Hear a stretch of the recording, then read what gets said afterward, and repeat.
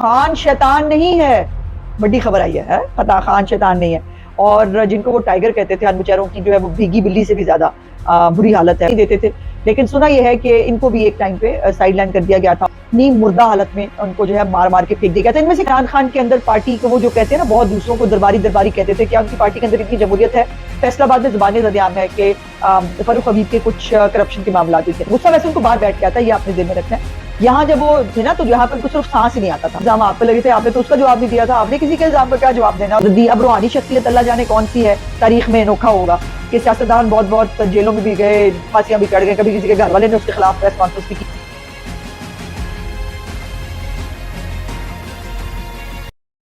بسم اللہ الرحمن الرحیم، السلام علیکم۔ ٹوڈے ود عظمہ بخاری کے آج کے ولاگ کے ساتھ حاضر ہوں، اور یقیناً کل جو ایک دھماکہ خیز، بلکہ یہ کہا جائے کہ اپنا پورا دل جگر گردے نکال کے باہر رکھ دیے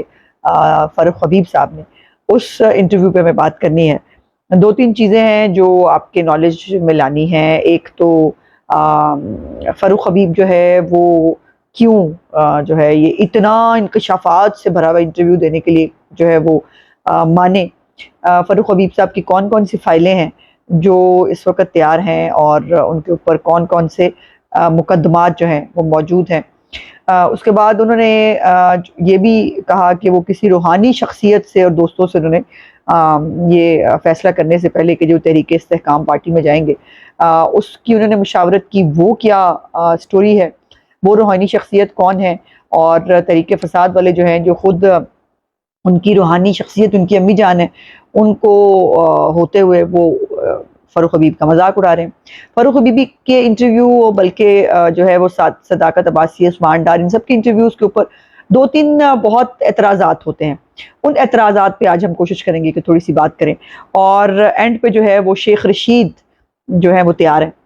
اور وہ ابھی تک ان کی پریس کانفرنس کیوں نہیں ہوئی، اس کی ایک بہت معصومانہ وجہ ہے، وہ میں آپ کو ضرور بتانا چاہوں گی۔ پہلے شروع کرتے ہیں فاروق حبیب صاحب کے انٹرویو سے۔ کل کوئی 5:15 بجے کے قریب جو ہے وہ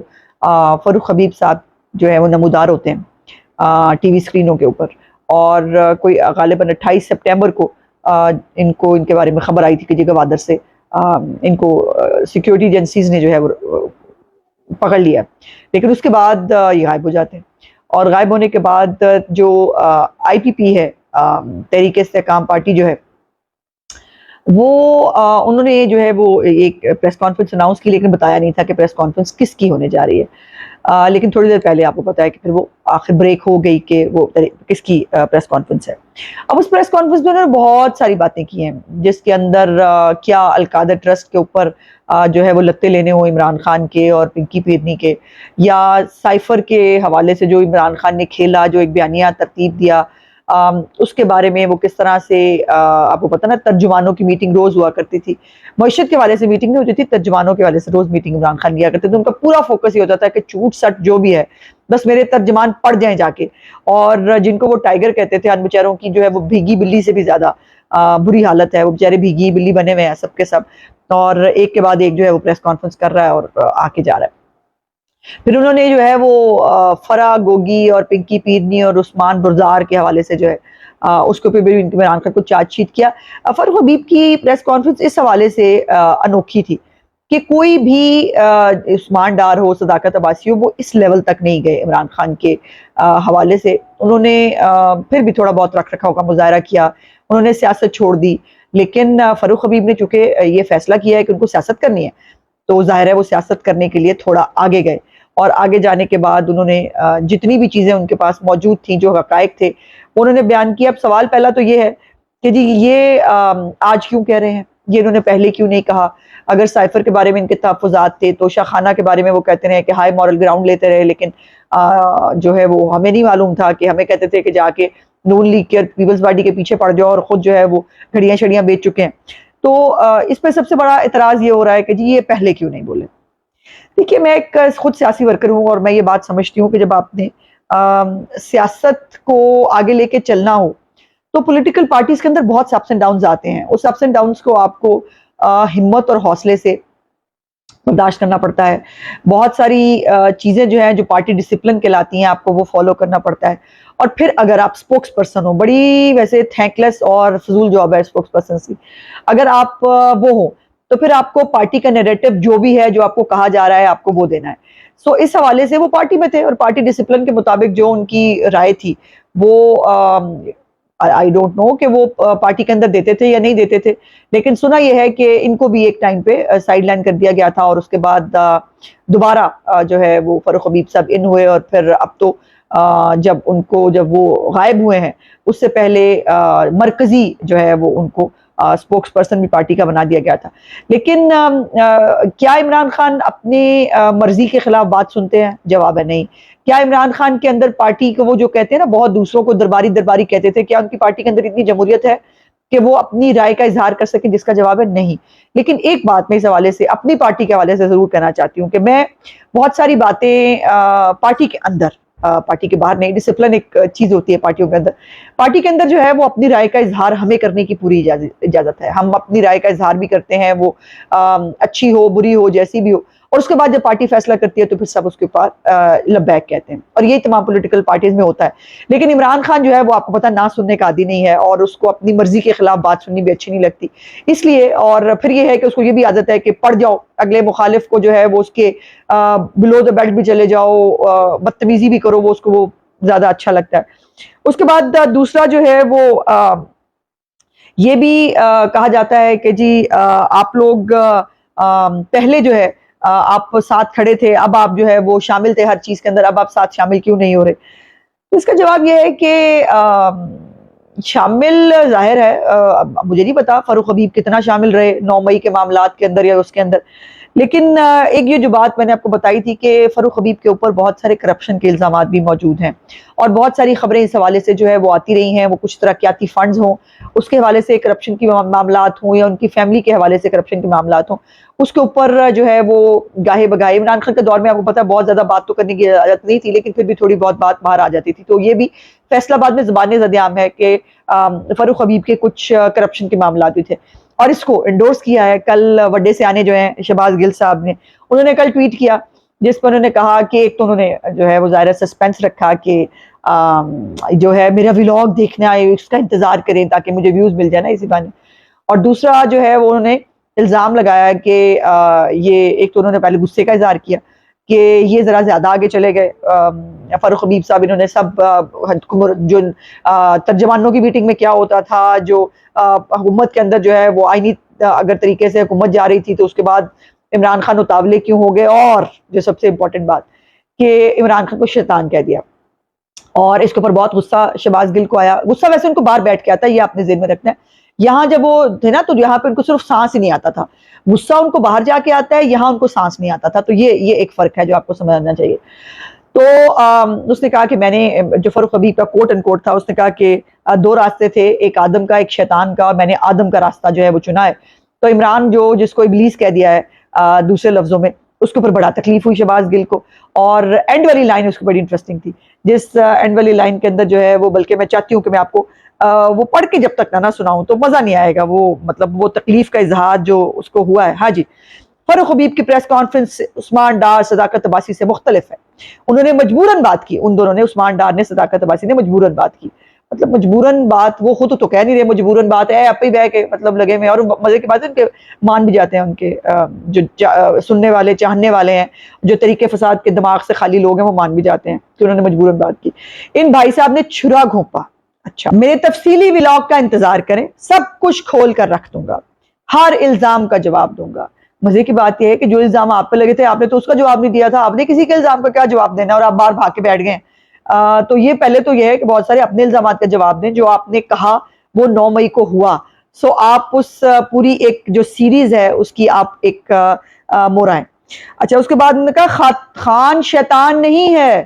بڑی خبر آئی ہے، خان شیطان نہیں ہے، خان وہی ہے جس کی انگلی پکڑ کر موٹر سائیکل سے لینڈ کروزر تک پہنچ. اب یہ خود اپنے آپ میں ایک بڑا سوال ہے جو انہوں نے کیا ہے کہ عمران خان جو ہے وہ اب اس کے ساتھ جب انسان موٹر سائیکل پہ جو لوگ رہے تھے، جو فاروق حبیب کو کہہ رہے ہیں، تانا مار رہے ہیں، تو تنخواہ کے ذریعے تو فاروق حبیب یہاں تک پہنچ نہیں سکتے تھے، لینڈ کروزر تک بقول ان کے. تو پھر لینڈ کروزر تک جو ہے وہ کیسے پہنچے؟ کرپشن. اور یہی بات ہے, اگر فاروق حبیب جو ہے وہ موٹر سائیکل سے لینڈ کروزر پہ پہنچ گیا تو شہباز گل صاحب کے تو اپنے بہت سارے اثاثے سامنے آئے نا. وہ اسلام آباد میں پراپرٹیاں خریدی اور وہاں پر جو ہے وہ امریکہ میں یہ ایک لیکچرر تھے, اس میں بھی شاید نکال دیے گئے تھے, جو بھی تھا. تو خود چارج شیٹ کیا ہے عمران خان کی حکومت کو شہباز گل نے کہ اس کے دور کے اندر بہت ساری کرپشن ہو رہی تھی. اب جہاں تک یہ بات ہے کہ جی زبردستی انٹرویو لیے گئے ہیں اور وہ ہوا ہے, تو میں کئی دفعہ اس کی اگزامپل دے چکی ہوں. رانا ثناء اللہ کو پرویز مشرف کے دور میں اتنی بری طرح مارا گیا تھا, اتنی بری طرح مارا گیا تھا, بلکہ نیم مردہ حالت میں ان کو جو ہے مار مار کے پھینک دیا گیا تھا. ان میں سے کسی کے چہرے کے اوپر, کسی کے کسی جسم کے حصے کے اوپر آپ نے اتنا سا بھی کوئی بروز بھی دیکھا ہے کہ ان کے اوپر جو ہے وہ کوئی تشدد ہوا ہو؟ سوال جواب ہے نہیں. ان کو صرف اتنا جو ہے وہ یہ اتنی جوگے ہیں کہ ان کو اتنا بتا دیا جائے کہ بھائی یہ اس کو فاروق حبیب کے اوپر جو ہے بائی دا وے 13 مقدمات ہیں, اور وہ جو معصوم بن رہے ہیں نا, میں 9 مئی کو تو سویا ہوا تھا دوائی کھا کے, مجھے تو پتہ ہی نہیں, وہ غلط ہے. موصوف کی جو ہے وہ اب وائرل ہے ویڈیو, جس کے اندر وہ گاڑی میں ہے اور وہ خود بھی پہنچنے کو کہہ رہے ہیں اور خود بھی کہہ رہے ہیں قوم بس باہر نکل آئے, اور ان کے بہت سارے ٹویٹس فیس بک اکاؤنٹس جو ہیں وہ موجود ہیں جس کے اوپر وہ عمران خان کی پوری سپورٹ اور ان کے مددگار تھے. تو یہ جو پورا ایک شفٹ ہے, پوری ایک چیز ہے, یہ عمران خان کے اوپر تو چارج شیٹ جو چیزیں ہیں اس میں سے کوئی نئی چیز انہوں نے نہیں بتائی, لیکن یہ ایک بات ضرور ہے کہ اپنوں کے منہ سے ان باتوں کا آنا, اس کا مطلب اب بیچارہ بہت ہی بھرا ہوا تھا, بہت ہی جو ہے وہ اس کے دل میں جو سچی باتیں تھیں, جو بہت سارے اینکرز اب کہہ رہے ہیں کہ ان کو سننے کو مل رہی تھی, وہ کرتے ہوتے تھے آف دا ریکارڈ باتیں. بہت سارے لوگ, صداقت عباسی بھی کرتا تھا, ڈار بھی کرتا تھا, یہ فاروق حبیب اور بہت سارے لوگ ہیں جو کرتے ہوتے تھے, لیکن وہ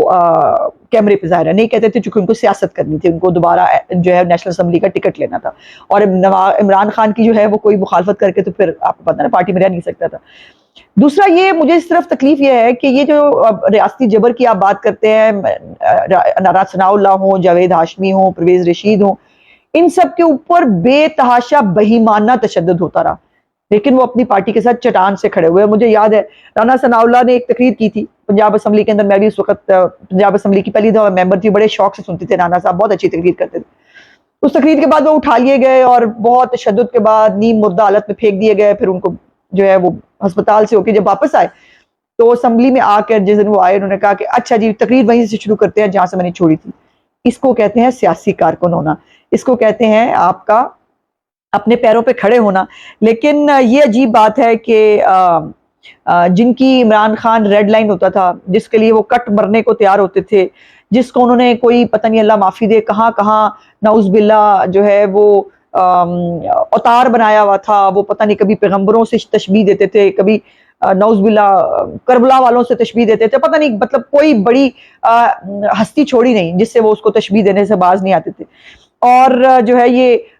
اس کی باڈی لینگویج فاروق حبیب کی مجھے تو بہت مطلب ایک ہوتا نا بہت پازیٹیو لگی کہ وہ سب کچھ کھل کے کہنے کے لیے تیار بیٹھا تھا, اور اس نے کہا بھی. اب جو روحانی شخصیت ہے وہ کون تھی, اور انہوں نے جو دوستوں سے مشورہ کیا 10 دن پہلے, چودھری صاحب جو ہیں انہوں نے فاروق حبیب سے ملاقات کی, اس کا اعتراف وہ مختلف انٹرویوز میں انہوں نے کیا ہے کل, اور ان کے جب ان کو انہوں نے کہتے ہیں کہ میں نے ان کی برین واشنگ کرنے میں مدد دی. اب روحانی شخصیت اللہ جانے کون سی ہے, سنا ہے کہ کوئی ایسی روحانی شخصیت ہے جو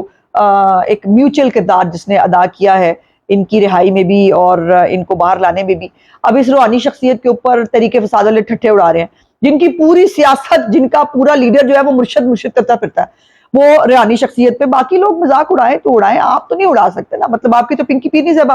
آپ